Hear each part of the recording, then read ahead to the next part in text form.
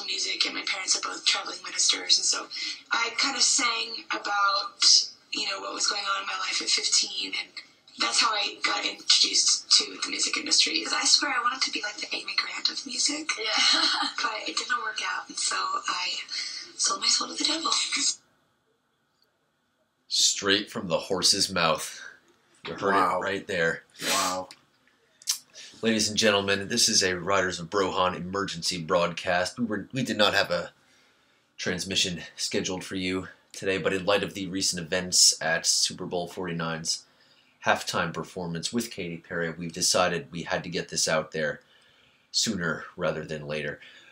Yeah, this is something we had to get all over, and, you know, we do apologize for the delay, but we wanted to let the other people on YouTube and the internet really kind of get their hands into it first, but we wanted to step back and really analyze all the facts and everything here that was so conveniently pushed to us on the satanic, Masonic, Luciferian halftime show. So we took some time to digest it, and we're going to go over this in the next few minutes. Okay.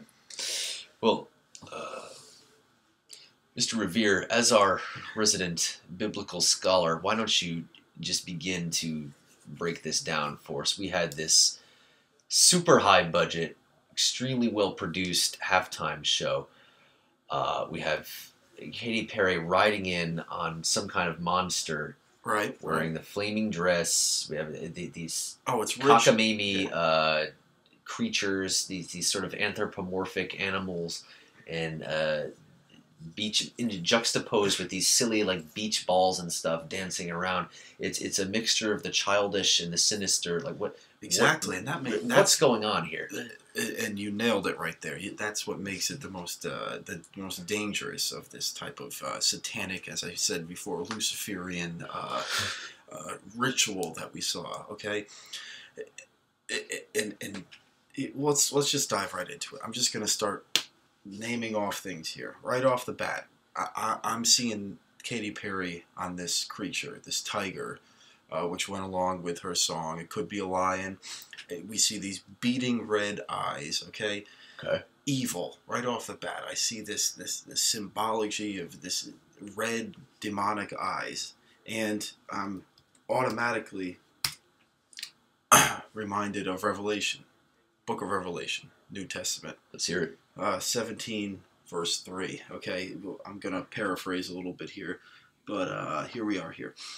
There I saw a woman sitting on There I saw a woman sitting on a scarlet beast that was covered with blasphemous names and had 7 heads and 10 horns. Now look, everybody knows we didn't have 10 horns and 7 heads or whatever. I saw 1 head there. Exactly. Man. But we do have this rich symbology of Katy Perry riding into the halftime show on top of a beast. Okay?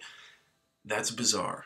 This isn't something normal. Why would they put that much money into this? Okay? It was really kind of stupid to go along for a 30-second clip of the Eye of the Tiger song. It didn't make sense at all. But so what's this woman called in the story here? What is this? This is traditionally what's known as the Whore of Babylon, which we will refer to Katy Perry as. It's the Whore of Babylon. Yes, moving forward, she will be referred to as the Whore of Babylon. All right. Okay? And once again, that goes back to Revelation 17, verse 3. Secondly, the most obvious, blatant Masonic symbolism is the chessboard. Okay, now she might say it was just a chessboard with pieces on it. Are you talking about the floor? The like floor, the white and black. Okay. Yes. Okay, that's very common in Masonic Grand Lodges. Okay, you have the white and the black representing the two sides of they claim good and evil, but you also have the chess game, the bigger idea that the Masonic lodges and really the Masonic movement have control over the world, and the world is their chessboard, if you will. And there's two sides, but the two people playing are ultimately Masons. Really? So Illuminati, controlling the world. And so every move, every pawn that's moved, every rook that's moved has a calculated counter movement. Really? Okay, this goes back to the Rothschilds financing both sides of the wars. Okay, the American Napoleonic Revolution. Wars, Exactly. World War One. Okay. This is the part of the bigger imagery here. Okay. Yeah. But once again, blatant white and black Masonic symbolism in the halftime show. Let's delve a little deeper into the actual figures that were on the stage during the. I mean, we see, the Whore of Babylon riding in on the Great Beast. Exactly. There in the beginning. Hell of an entrance. I mean, we spotted that right away. Right. Because we had our eyes peeled. We knew something was up leading into this, but a bit more subtle. Not as though not really subtle. It's still pretty eye catching. Her, the fiery dress. We were expecting some like flaming imagery. That's pretty common in a lot of her shows. I think it was the Grammys. Right, and there were no horned beasts involved. Yeah, it wasn't. It wasn't. It wasn't. To borrow a line from The Exorcist, a vulgar display of power, but it was. If your antennae were tuned to it, you saw it. It was pretty damn hard to miss. She had the fiery dress, the hellish imagery there. The actual dancers on the stage. We have, the aforementioned stupid beach ball cartoon characters, but we also have the backup dancers. I mean, how many dancers did you count? I think this is significant. I think it's significant as well. Traditionally, on a chessboard, there's room for 16 pieces on the white team and the black team. Okay, so 16 pieces each side. Each side. I should know this. I played chess. Okay, 16 plus 16. 32. 32. 32 plus Katy Perry is 33. 33 is a very important number in the Masonic tradition. Really? Okay, that's what does that signify? That is the Grand Poobah, the highest position, the most enlightened individuals of the Masonic Lodge. And that's the 33rd rite? Is that what it's called? That's correct. Okay. Of the traditional Scottish rite of Freemasonry.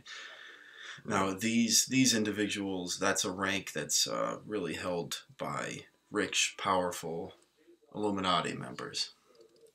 Really? Yes. So this could be some sort of shout out to high-ranking Illuminati members, 33rd degree Scottish Rite members, some all over the world. I don't know. Symbology there that so many people that have only attained that degree might be able to pick up on. Exactly. Or grasp the full significance of. Exactly. Okay. Wow. And I mean, there's the actual figures too, like the figures. Yeah. I mean, they were sort of bizarre chess pieces. Yeah, there were the human chess pieces. I mean, there were those silly, the dolphins, the beach balls, the trees, the sharks. Yeah, I mean, there were the shark. Were they sharks or dolphins? I believe they were sharks. Okay, the sharks. Yeah. I mean, some of the other people in the conspirasphere, if you will, have suggested this was some sort of blasphemous perversion of the human form, intermixed, like beasts mingled with men. It could very well be. It could be. I I was watching it. I was kind of drunk at this point, but I was thinking, they were like H.P. Lovecraft fish people, like dancing to summon Cthulhu on the stage or something. But, you know what? It could very well be, and we'll find out in the next few weeks as the post interviews come out. And more is going to come out for sure. Absolutely. And another thing that was significant about this, you mentioned the number 33 earlier, is that the physical location, like where it was, the games were hosted in Phoenix, that is on the 33rd degree of latitude on the globe. I'm not making this up. If any of you have access to a map or load up Google Maps right now, load this up on your screen and you're going to see the 33rd degree parallel cross directly through Phoenix. Directly through, wow. And Phoenix is where the halftime show took place, the University of Phoenix. Exactly. I mean, this is the kind of thing, if there's a one or two coincidence, you might be able to write that off. Coincidences can happen.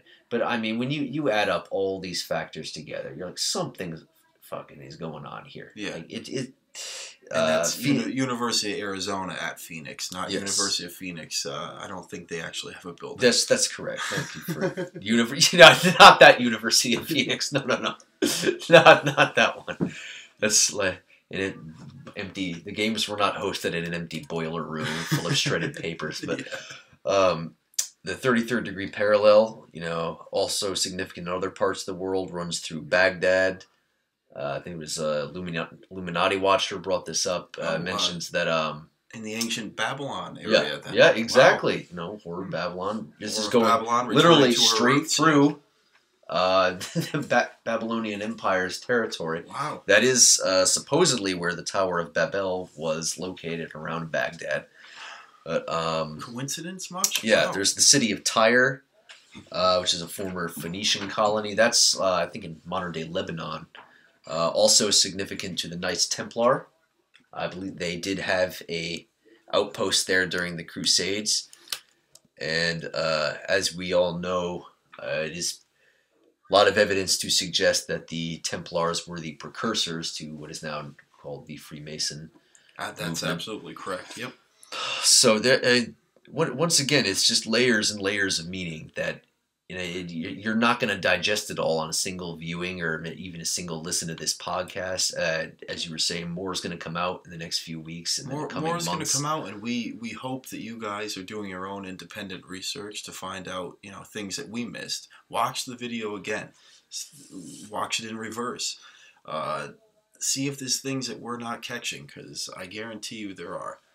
And like we both mentioned before, this wasn't the 2013 Beyonce Luciferian ritual in its most blatant form. Yeah, this was a far more toned down. It was kid friendly version. Exactly. It was a PG-13, if that, rated performance. It was a lot more, almost childish and lighthearted on the surface, but if you know what you're looking for, if you know how to read between the lines, much darker undertones.